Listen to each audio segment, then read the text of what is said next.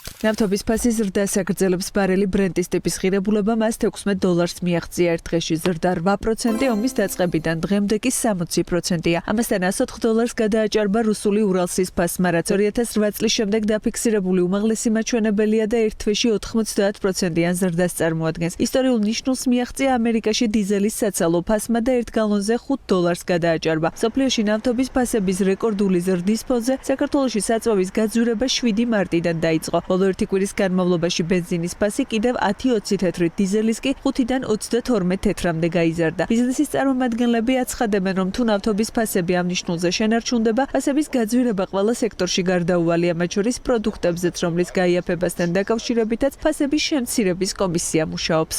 ამ ეტაპისთვის მიუხედავად ფასის ცვლილებისა უნდა ითქვას, რომ ეს ფასში ასახული არ არის.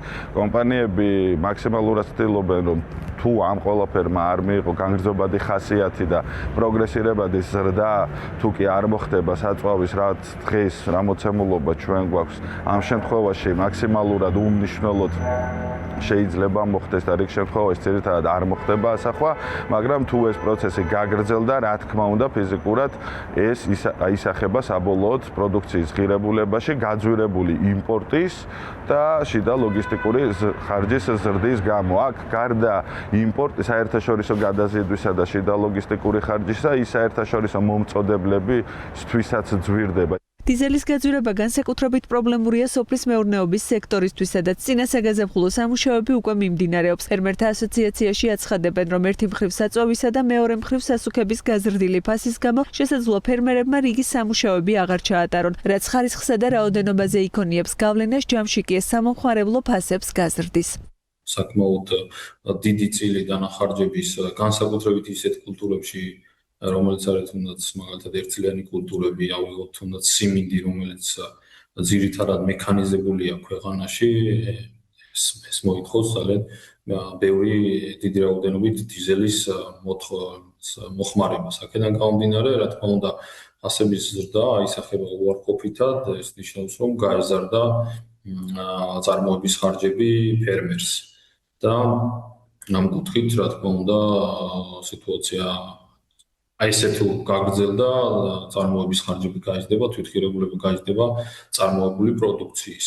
თუ ნავთობის ფასი $100-ზე მაღალ ნიშნულზე შენარჩუნდება, 2-3 თვიან პერიოდში ფასები მსხვილი ინფრასტრუქტურული პროექტების მიმართულებითაც გადაიხედება. კავკასუს როუდ პროჯექტის მფლობელი ამბობს, რომ ზრდის პროცენტულობა ომის ხანგრძლივობაზე იქნება დამოკიდებული.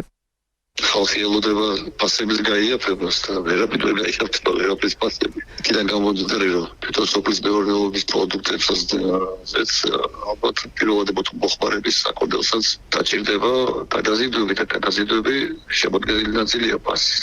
აქედან გამომდინარე, ხელფასებზეც დაიწყება მოთხოვნა, რომ გაიზარდოს. აქედან გამომდინარე, მნიშვნელოვნად გაძვირდება ყველა ინფრასტრუქტურული პროექტების ფასები. 2-3 თვის განმავლობაში თუ არ გარეგულირდეს ფასები, საწვავის ფასები გეოგრაფიულად, მაშინ ალბათ გადახედვას მოუთხოვთ დამკვეთს და ეს საკმაოდ რთულ საკითხებთან დაკავშირებული რატომ ესე იგი ჩერდება მე პროცესი, შეერდებლობის პროცესი და ავტომატურად სანამ მოხდება შეთანხმება დამკვეთსა და შესრულებელს შორის, ეს ყველაფერი იწელება. ნებისმიერი პროექტის გაწევა იწვევს გაძვირებას.